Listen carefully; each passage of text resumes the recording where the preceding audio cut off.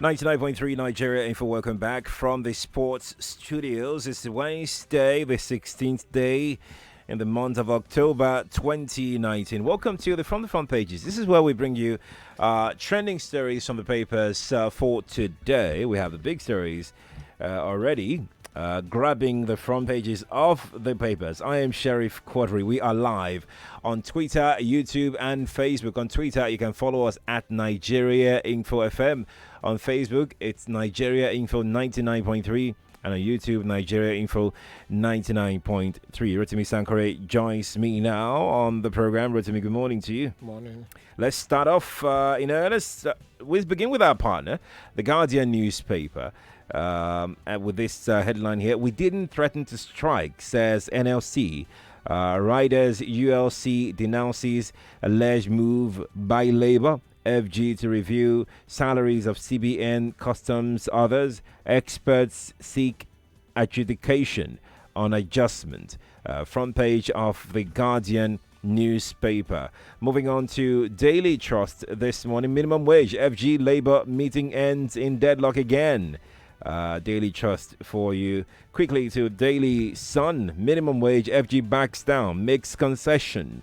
Rider meeting continues today as Labour shuns reps parley. Daily Sun. From the Nation newspaper, banner headline, Ngige, government can't meet Labour's wage demand. Riders, parties shifts ground as talks continue today. ULC rejects strike plan negotiation. The Nation is the paper. Similar headline from this day newspaper. To avert strike, FG makes Labour new offer. Rider negotiations continue today. This day newspaper. Daily Independent is next. Minimum wage. Strike put on hold as FG Labour meet again today. Rider Lagos ready to pay above 30,000 naira. Sanwo-Olu speaking there. Front page. Daily Independent newspaper. From the Punch, Labour suspends planned strike. Talks continue today. Riders workers demand documents as FG hikes salary adjustments.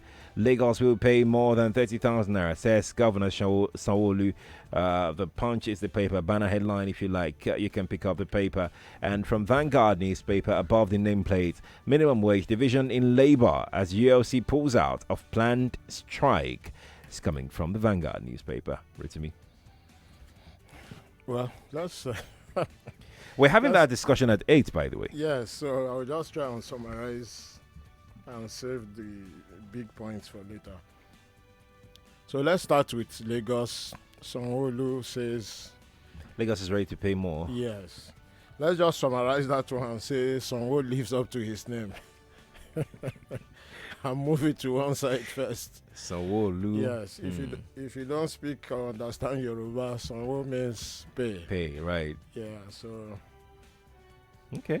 But more importantly, I think there is something not quite right when ministers spin issues not to reflect the reality. And it's not quite right because it can lead to a situation which nobody really wants. Right. So, for instance, the economy is on shaky ground. A strike or a general strike at this point will make it even shakier. So, most reasonable people will be thinking, the government should just fulfill its obligations and let's get on with it. And it's on that issue of obligation that it is important to pay attention to. Ngige is spinning it as a labor demand. It's not a labor demand. It is an agreement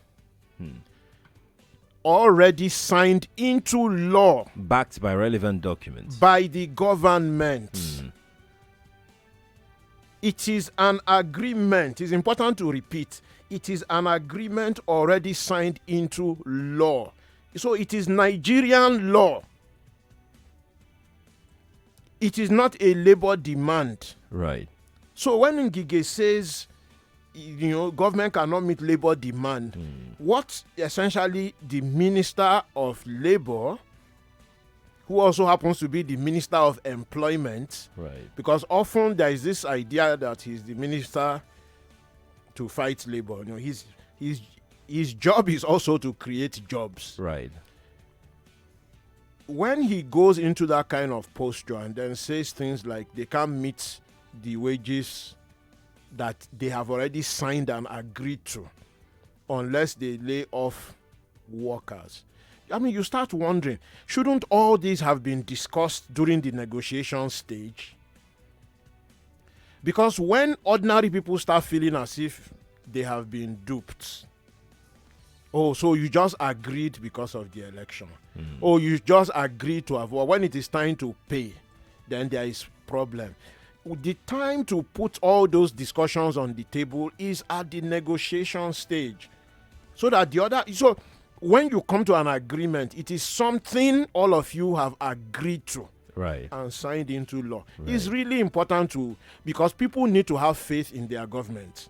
That when their government says they will do a certain thing, that the government will. I mean, it's called a social contract. Do you think he should refrain from speaking publicly henceforth, especially on this matter? Well, Most importantly, because there is negotiation going on. He's the minister. He can't be stopped from speaking publicly. It is his portfolio. What he can be advised to do is to speak wisely. Has it done that so far? I remember. On the basis of the evidence, we are seeing no.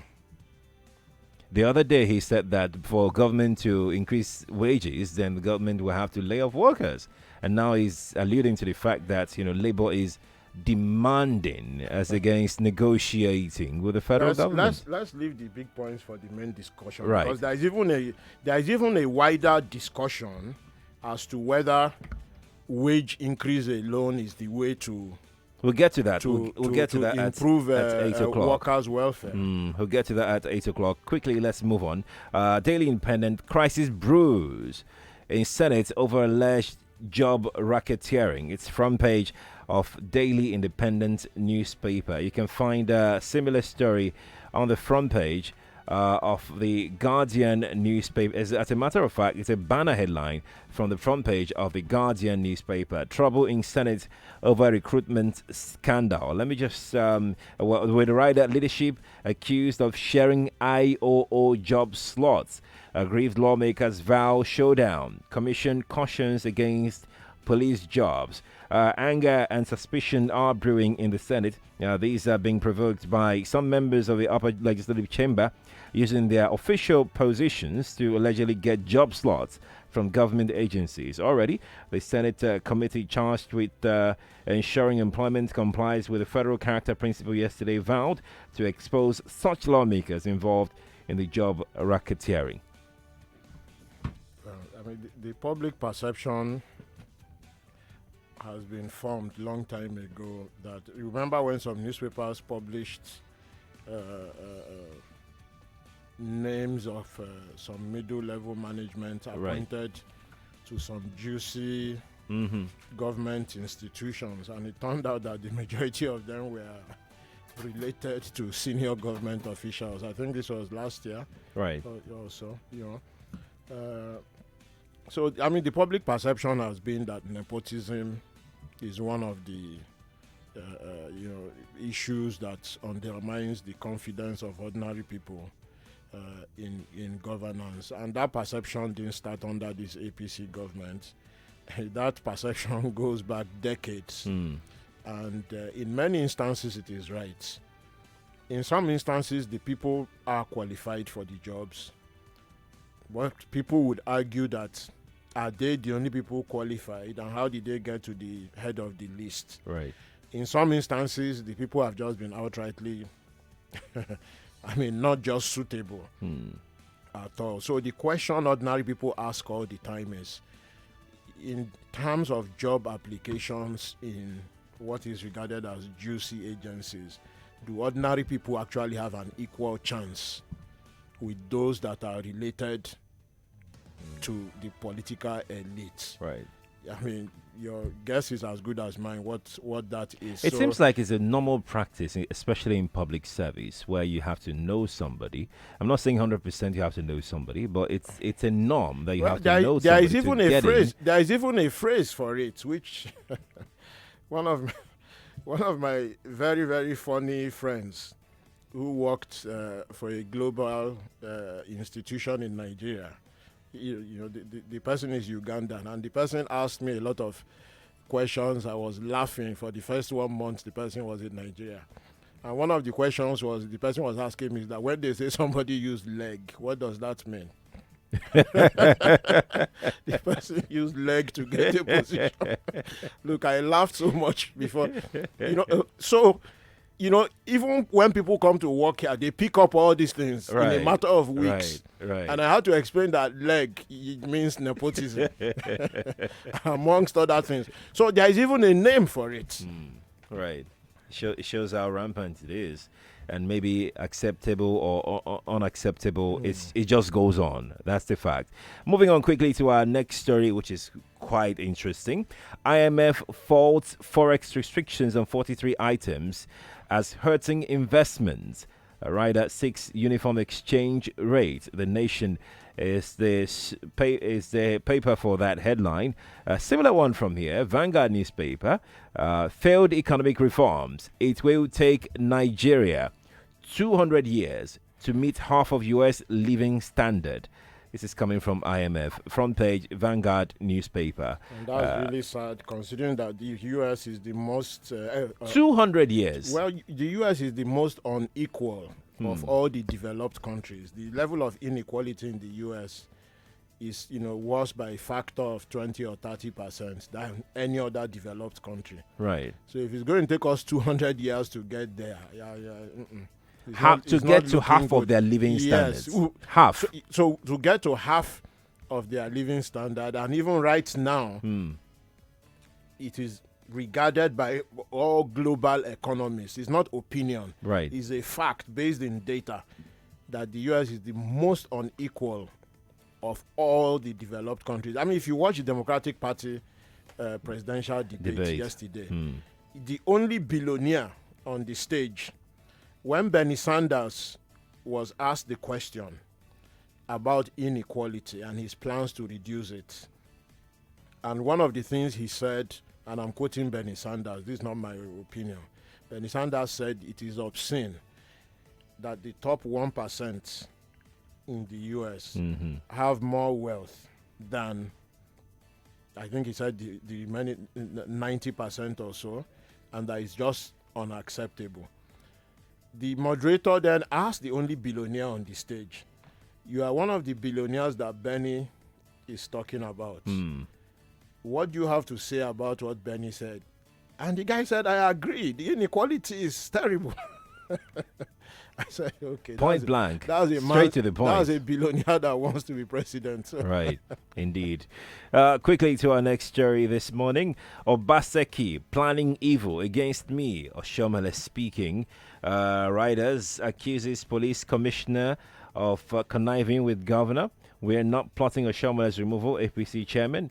Taraba APC petitions Buhari over national secretary position. As Front Page Daily Independent newspaper. Front Page Vanguard banner headline: hot words as Oshomole Obaseki's feud worsens. He's jealous of my soaring popularity, says Oshomole. Warns Edo police CP against being used. Obaseki: observe protocol when visiting. Stop using thugs. Vanguard is a paper with that particular one. The story is everywhere on all the papers this morning. I recall Governor Oshomole, former Governor Oshomole, Comrade Oshomole, as some people would prefer to call him, saying that at some point that it was the media stoking the quarrel. When Obaseki went to visit him during the Salah holiday. Yes. So I think they can see now that it is not the media stoking it. The media is reporting what both of them say. So it's difficult to figure out really what is happening in those states. Some people suggest that it is because the incumbent governor is not towing. Is not following orders of his former or current political godfather. But Oshomole has then come out to say that those allegations are wrong, because I think he said he nominated only one person Right. as a commissioner. Mm-hmm. You know, and that if he was actually a godfather, he would have probably nominated the entire cabinet or the majority. There are insinuations that even the one person, Oshomole, supposedly nominated was dropped. Yes. So that's Oshomole's defense and explanation that people who are saying that the rift is because the incumbent governor is said not to be towing the line of his godfather. Oshomola has said, which godfather? That he had almost zero say in the appointment of the cabinet. So, the thing just goes back and forth. What we know for sure is that there is something not quite, there is some tension. Right. Going on. There is some tension going on there, because the commissioner of police came out to say that contrary to some reports that Oshomole's residence was attacked by a mob, that actually no such thing happened. So you wonder, well, who suggested that it happened? Right. And why does the commissioner of police find it necessary to come out and say that no such thing happened? And it did happen.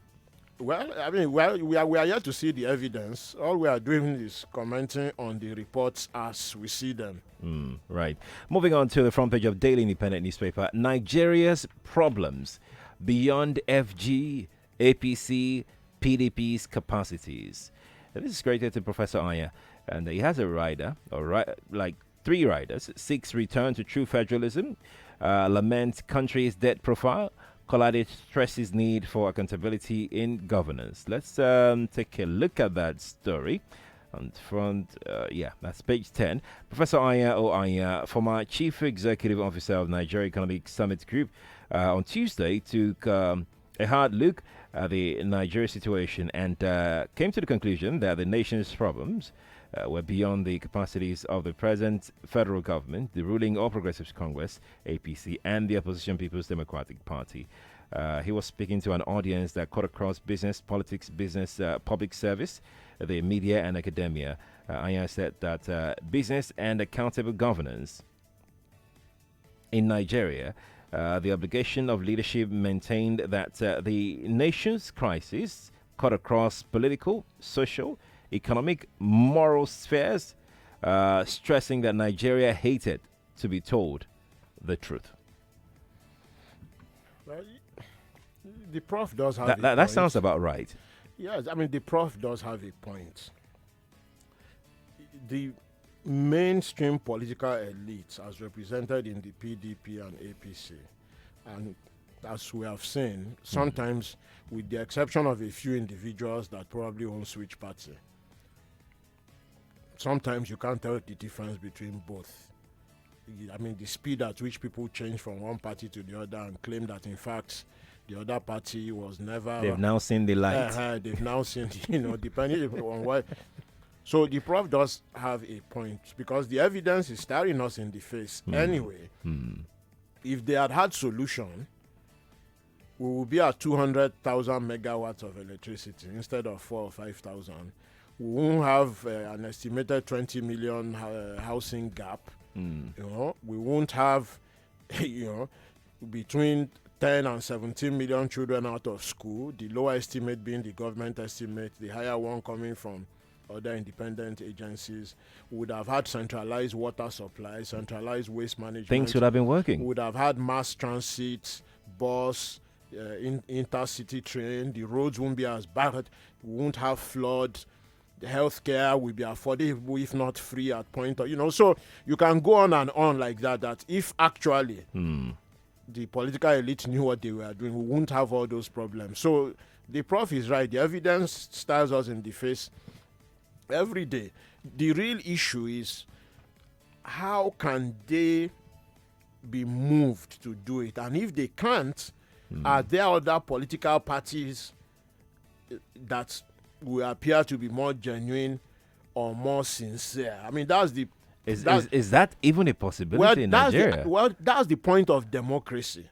that if one or two political, I mean, we've seen it happen in developed countries where, Right. I mean, look at France, President Macron's party, for instance. It wasn't a mainstream political party, but the mainstream political parties had disappointed the French people. Right. And President Macron, one of the youngest presidents in the world, led some kind of movement, set up a party, won the presidency, swept the parliament. So I mean that's the point of democracy. That if people are unhappy, of course, one of the issues is that the way people change between the two main parties actually. Would you subscribe to the opinion that things could have been better if the will of people, especially during electioneering, could actually truly, genuinely prevail? Well, to a large extent, I would say that even though there have been hiccups in the elections, I wouldn't subscribe to the general, thinking that INEC rigs the election. If INEC rigged the election, the current president would not have defeated the past one, for instance. I mean, governorship positions would not have changed hands. Sitting members of sitting members of parliament would not have lost their seat, including from ruling party. Right. I mean, INEC would not have disqualified every APC candidate in Zamfara State, on the grounds that the APC did not hold primary. So, it's not as bad as some people want to think, but there are issues.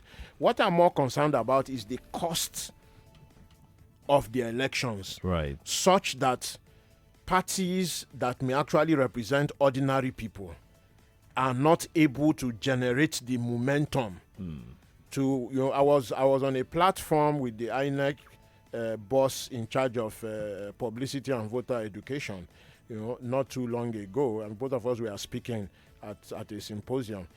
And I asked him, I said, well, by 2023, when the number of polling stations would have increased by thousands to reflect the growth in population and the new voters, I mean, the idea that an ordinary person like you or myself will be able to run in an election against a money bag, right, that has billions that you could argue are not, legitimately secured, it's going to cause a problem. And he said yes, that it does appear so, that the cost of getting people at all such polling units is very likely to go up. Indeed. So those are the kind of things we need to pay attention to.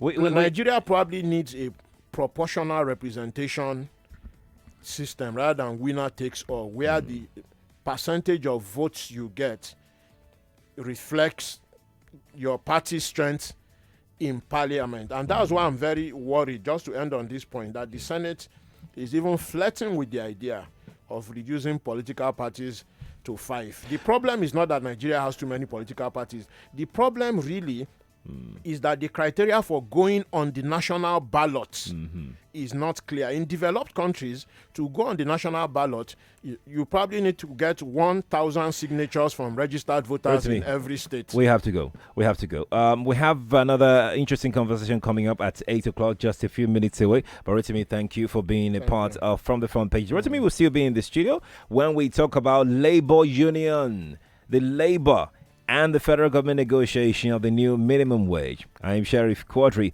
We'll be back in a moment. 99.3 Nigeria Info. We'll be right back.